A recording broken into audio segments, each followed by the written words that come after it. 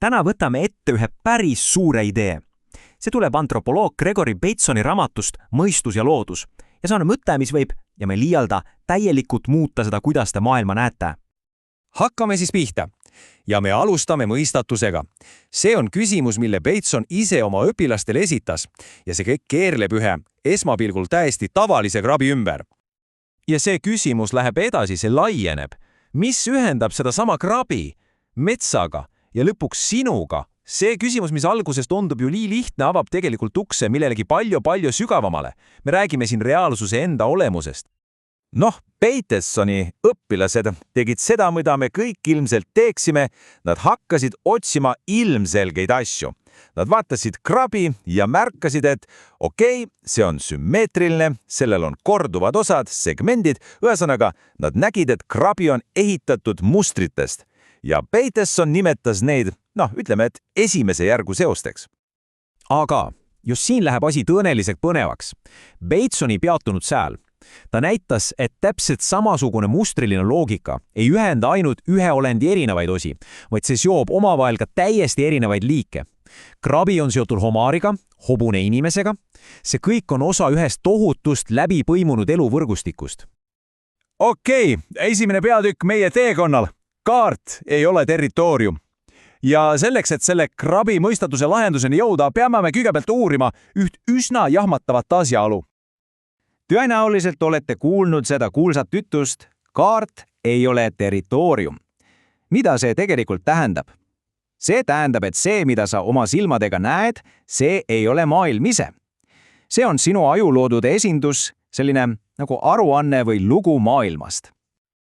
Ja Bateson koges seda väga otseselt. Ta osales kuulsates Amesi katsetes.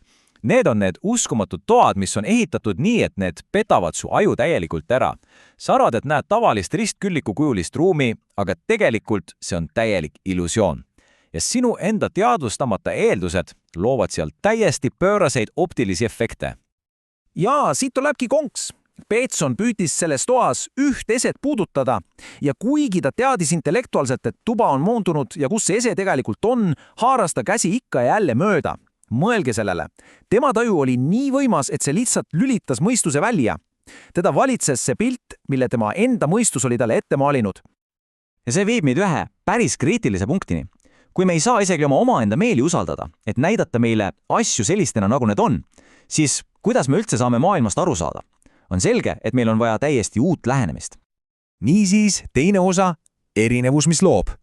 Ja just siin, just selles idees, peitubki Batesoni geniaalne läbimurre. Vaadake, tavaliselt me mõtleme informatsioonist kui, mingist asjast, eks, nagu andmed arvutis. Aga Batesoni jaoks on informatsioon midagi täiesti muud. See ei ole asi, see ei ole aine, see on hoopis suhe. Mõelge sellele näitele tahvli ja kriidiga. Kui sa paned oma sõrme lihtsalt kriidipunkti peale ja hoiad seda seal, sa ei tunne midagi erilist. Aga niipea, kui sa hakkad sõrme liigutama, tunned sa kohe seda erinevust, tekstuuri, kõrguse muutust ja teate mis? Kogu meie taju töötabki täpselt niimoodi. Meie mõistus on nagu magavas olekus. See ärkab ellu ainult siis, kui on uudiseid ja uudised on alati erinevus. Ja see on fundamentaalne muutus. See tähendab, et erinevusel endal ei ole asukohta. See ei ole kriidis, see ei ole tahvlis, see on nende vahel. Ja see tähendab, et maailm, mida me kogeme, ei koosnegi tegelikult eraldiseisvatest objektidest. See on pigem nagu lõputu potentsiaalsete erinevuste ookean, millest meie meeled pidevalt mustreid noppivad. Kolmas osa. Mõtleme lugudes. Nüüd läheb asi veelgi sügavamale. Kui meie taju on ehitatud erinevustele, siis kuidas pagan mütte teeb sellest kõigest mingi tähendusliku pildi? Siin ongi see suur nihe, mida Bateson meile pakub. Me oleme harjunud mõtlema asjade maailmas. Me küsime, mis see on? Me mõõdame koguseid. Aga Bateson ütleb, et me peaksime mõtlema hoopis mustrite maailmas. Seal on oluline küsimus, mida see teeb? Me ei vaata kogust, vaid suhteid. Ja mis kõige tähtsam, me ei vaata asju isolatsioonis, vaid alati kontekstis.